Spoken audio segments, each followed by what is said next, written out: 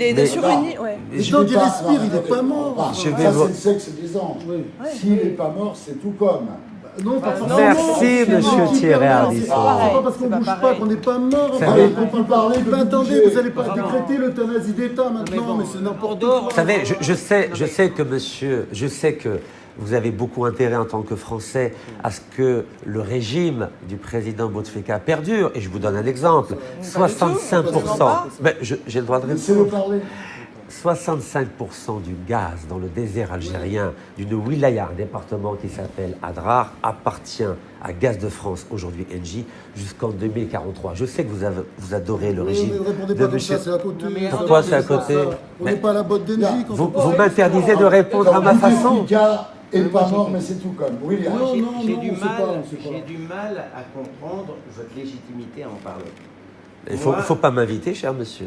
Moi, je ne suis pas la puissance invitante. Moi, je suis la puissance invitante. Et je vous invite pourquoi? Je suis qu'un employé. Parce qu'aujourd'hui, en Algérie, qui sont les candidats qu'on connaît à part Rachid? Non, mais excusez-moi, Rachid Nekaz, moi je l'ai connu indemnisant les femmes qui transgressaient la loi française en ce qui concerne le voile islamique. A priori, ça ne vous donne pas un magistère intellectuel et moral particulier pour parler de ce qui se passe en Algérie. Et par ailleurs, le fait que vous présentiez par l'intermédiaire de votre cousin, ça ne vous confère pas non plus un sérieux particulier. C'est pas pire que de se présenter à un 5e mandat quand on est mort. Hein. Je ne dis pas le contraire. Alors, je peux faire une petite remarque? Mais je vous y invite expressément. Merci. Alors d'abord, ce n'est pas le voile islamique qui est autorisé en France, mais le niqab. Niqab qui couvre, on va dire, le visage dans son intégralité. Si j'ai décidé de payer, et je continue à payer les amendes concernant les femmes qui portent le niqab librement en France et dans 8 pays européens, c'est parce que j'ai une attitude voltairienne. Et je crois que M. François-Olivier Gisbert peut me rejoindre sur cette thématique. Voltaire avait défendu la dignité. Je peux vous donner un cours de philosophie si vous le souhaitez. Non, mais donnez-moi des cours de philosophie. Moi, je sais que vous avez dépensé quand même 317 000 euros vous avez dépensé 317 000 euros pour payer des amendes aux personnes qui portaient des niqabs et vous vous déclarez musulman laïque. Moi, j'ai du mal à suivre. Alors, Voltaire n'était pas protestant, mais il a défendu la dignité de M. Calas, qui avait été condamné par le tribunal, le Parlement de Toulouse. La comparaison n'est pas raison. Je peux finir.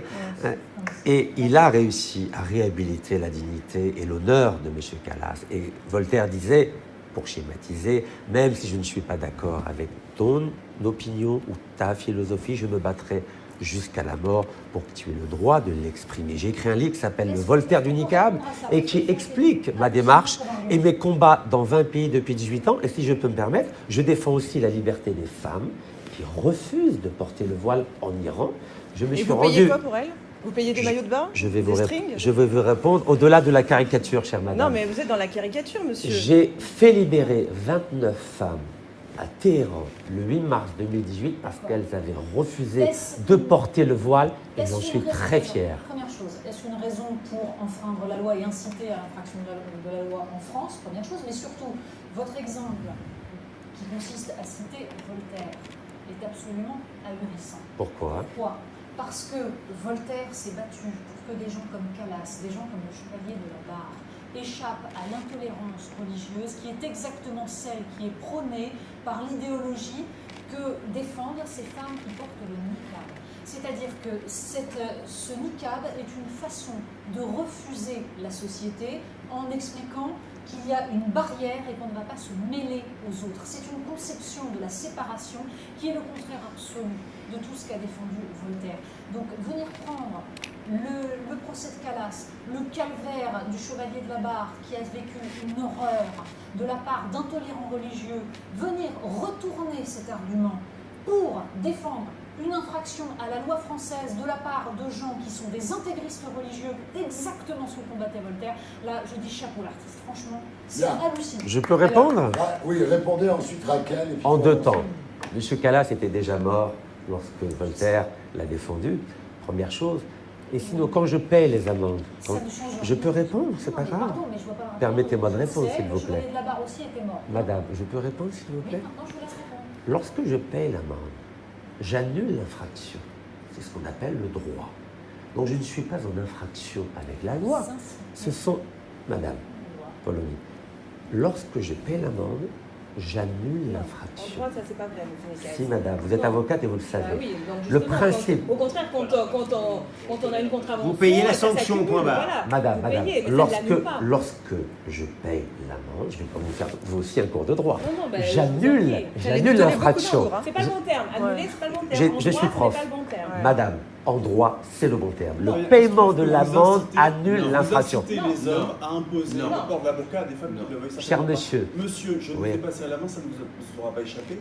Je crois très sincèrement que vous avez préféré la cravate à la barbe. Il me semble que vous êtes un islamiste bon teint, certes, mais un islamiste. Vous cautionnez toutes les dérives de l'islamisme radical en France, vous les incitez, vous êtes un proche ami de Tariq Ramadan, vous avez d'ailleurs manifesté pour sa libération, vous vous targuez d'être proche des milieux islamistes et de pouvoir leur parler. Moi, je ne vous serre pas la main, je pense que si vous êtes l'alternative aux Algériens, l'alternative à Bouteflika en Algérie, je suis très inquiet pour eux. Je peux répondre, je peux répondre. Vous ne m'avez pas serré la main et donc je ne vous répondrai pas. Non, moi je voudrais juste apporter un truc, un argument un peu plus nuancé. Je trouve que tu es un peu le traité d'islamiste comme ça. Moi je pense que peut-être que c'est une stratégie politique, parce que le New York Times vous a baptisé le Zorro du niqab. Je pense que c'est une manière de caresser dans le sens du poil les barbus pour peut-être séduire les futurs votes conservateurs. Non, c'est pas un islamiste. Je vais vous répondre. Alors, attention. Je vais vous répondre. Revenons un peu à l'Algérie, parce que là on a beaucoup parlé de la France et du niqab et des infractions en France. Ah non, mais je m'étonnais que quelqu'un qui s'occupe de la France et du niqab fasse sa campagne en Algérie. C'est tout ce que je disais. Je n'étais pas sur le fond de la philosophie. Ça, Gilles William, ce sont les Algériens qui décideront quel est le rapport qu'ils ont à M. Nécaz. Je donnais mon point de vue très modeste. Ce qui m'intéresse, c'est de constater qu'après une décennie sanglante et voilà, un rapport à la religion qui est ce qu'il est aujourd'hui en Algérie, on constate un mouvement qui n'est pas marqué par la religiosité. Ce sont surtout des jeunes, des femmes, voilà. Ça n'est pas du tout marqué par la religiosité. Donc, est-ce que vous ne trouvez pas du coup que vous, ce que vous faites en France et ce dont, voilà, ce qui provoque l'indignation à juste titre de mes camarades, est-ce que vous ne trouvez pas que ça pollue le mouvement populaire qui a lieu aujourd'hui en Algérie pour une démocratie politique dans le plus grand pays de notre voisinage français? Vous savez, en Algérie, ils savent faire la distinction entre mes combats pour les libertés, parce qu'il faut savoir que je paie aussi toutes les amendes des militants des droits de l'homme en Algérie, et ce ne sont pas des islamistes, et mon combat pour incarner l'espoir pour la jeunesse algérienne. Si aujourd'hui je suis l'incarnation de l'espoir et d'un changement pacifique non islamiste en Algérie, c'est parce que la jeunesse algérienne me fait confiance. Je suis le seul qui est capable, en une minute dès que j'arrive dans une ville algérienne, de rassembler 10 000 personnes. Aucun homme politique ne le fait. Vous, votre Rachid Nécaz. C'est une dernière question, parce qu'aujourd'hui la jeunesse, l'une des choses que demande la jeunesse à la plupart des candidats, c'est de ne pas se présenter justement pour ne pas cautionner cette élection présidentielle. Alors n'avez-vous pas le sentiment qu'en maintenant cette candidature qui est celle de votre cousin, mais quand même c'est une candidature, n'avez-vous pas l'impression d'aller justement à l'encontre de ce qui est demandé par la jeunesse algérienne actuellement? Je vais vous répondre très simplement. J'ai étudié l'histoire et la philosophie à la Sorbonne, et ça me sert pour ne pas réitérer des erreurs qui ont été commises par le passé. Il faut savoir qu'en 1991, le processus électoral a été interrompu par l'armée algérienne, car l'armée ainsi que la société civile refusaient de voir la victoire du Front islamique. Ça a sauvé la heureusement. Je peux finir. Qui a gagné. Ça fait une république islamiste de moins. Je suis désolé. Je peux répondre si ça vous embête pas. Allez-y. Donc ce fils, donc Front islamique du salut, qu'on l'aime ou qu'on ne l'aime pas, qui a gagné démocratiquement. Qu'est-ce qui s'est passé après? Il y a eu 10 années de guerre civile. 100 000 morts, nous le savons. À tous ceux et celles qui aujourd'hui, en 2019, oublient l'histoire politique algérienne et qui demandent l'annulation de cette élection présidentielle sont, à mon sens, irresponsables. Nous avons des institutions en Algérie. Nous avons la police, nous avons l'armée, nous avons la diplomatie, nous avons un conseil constitutionnel. Je ne souhaite pas qu'il y ait d'ingérence dans mon pays pour qu'il y ait annulation de cette élection présidentielle. Et je souhaite, je peux finir s'il vous plaît? Vous vous présentez contre une photo. C'est pas grave. si telle est la décision du Conseil constitutionnel de valider la candidature d'un cadre ou d'une photo, libre au peuple algérien de voter pour un homme qui parle et qui marche. Merci. La conclusion pour vous, Adrien Quatennens. Moi, je ne voudrais surtout pas qu'on raconte ce qui est en train de se passer en Algérie, parce que vous dites que c'est une manifestation, mais moi, je considère que c'est un processus de révolution citoyenne, comme on peut en voir d'ailleurs de part et d'autre de la Méditerranée, qu'il s'agisse des Tunisiens, des Marocains du Rif, et souvent d'ailleurs avec des mots d'ordre communs, qui sont ceux de la souveraineté populaire. C'est extrêmement positif, et évidemment que ça pose problème, pour y compris beaucoup de jeunes Algériens, d'avoir potentiellement un président de la République qui n'est plus en capacité de parler à son peuple depuis maintenant plusieurs années. Mais Rachid Nekaz, ma voiture a été embarquée par la fourrière. Est-ce que vous pouvez payer mon amende? Adrien. Je peux rajouter un dernier mot, si c'est possible? Je peux. Vous savez que la France a une responsabilité importante par rapport à ce qui se passe en Algérie, pour une raison très simple. C'est que la plupart des dignitaires algériens ont des biens mal acquis ici en France et des comptes bancaires qui sont alimentés par l'argent du pétrole et du gaz. Et je lance un appel au président Macron pour qu'il tire les conséquences politiques de cette manifestation pacifique du peuple algérien, qui, je le rappelle, est beaucoup moins violente que les Gilets jaunes. Et je souhaite que le président Macron prenne conscience que si ça dérape en Algérie, il y a un risque d'avoir 2 à 3 millions d'Algériens qui vont quitter l'Algérie sur des bateaux de fortune et qui vont échouer dans le sud de la France, et cela risque d'avoir des répercussions politiques et sociales très importantes en France. C'est faux ce que vous venez de dire. Même pendant la décennie sanglante, il n'y a jamais eu plus de 10 000 Algériens qui sont venus en France. Les Algériens se mobilisent pour sauver leur pays et rester dans leur pays. Madame, certainement pas pour venir ici comme le disent tous les hystériques qui ne voient l'Algérie comme une grande bande d'Arabes qui vont traverser la Méditerranée pour venir ici. Je ne peux rajoutez répondre. pas Il peut répondre quand même. Je peux répondre, j'ai le droit. Bien sûr, mais moi aussi je vous donne mon avis. Bien sûr.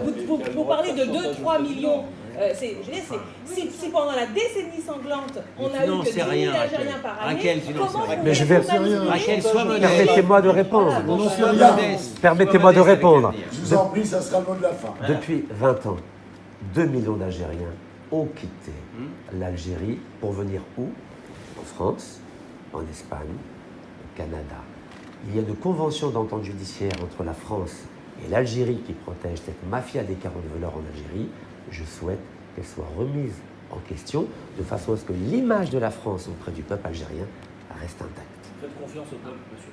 C'est lui la solution. Écoutez, en tous les cas, ravi de vous avoir reçu. Je pense que merci pour votre c'est invitation. pas la dernière fois que nous vous recevrons dans mes émissions. Inch'Allah. Bon courage. Merci beaucoup. Je rappelle le titre de votre livre de Bouteflika, Dictatorship Under French Protection, disponible aux éditions MJC. Merci. Merci à vous. Et nous, on se retrouve de la nuit pour la suite et une de la semaine avec la nouvelle star de la France insoumise, le député Adrien Quatennens. À tout de suite.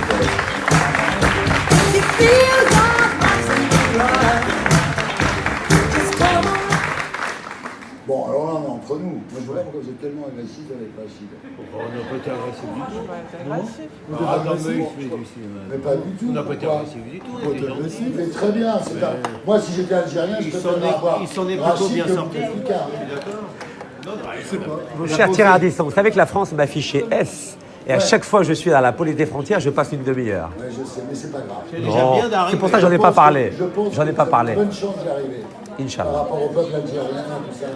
Parce que aujourd'hui, ils ont besoin de quelqu'un qui est bien, qui présente bien, qui est moderne. Oui, correspond au truc. C'est fini le FLN, c'est fini. C'est has-been. C'est sûr que le FLN, c'est fini. Pour votre information, ma femme est américaine, elle ne porte pas le voile. Juste pour votre information. Mais vous voyez, vraiment le truc où vous faites le pire, c'est quand même sur l'ICAB. C'est pas possible. C'est pas une très bonne. Je défends la liberté. Vous le savez, je défends. C'est pas la liberté. C'est marrant, ça vous intéresse pas ce que je fais en Iran quand je fais très bien, libérer? c'est très bien. Je fais les deux. Faites pas l'autre. Faites pas l'autre. Il n'y a pas besoin. Je fais les deux. C'est pas comme ça, on va y arriver, c'est trop dur.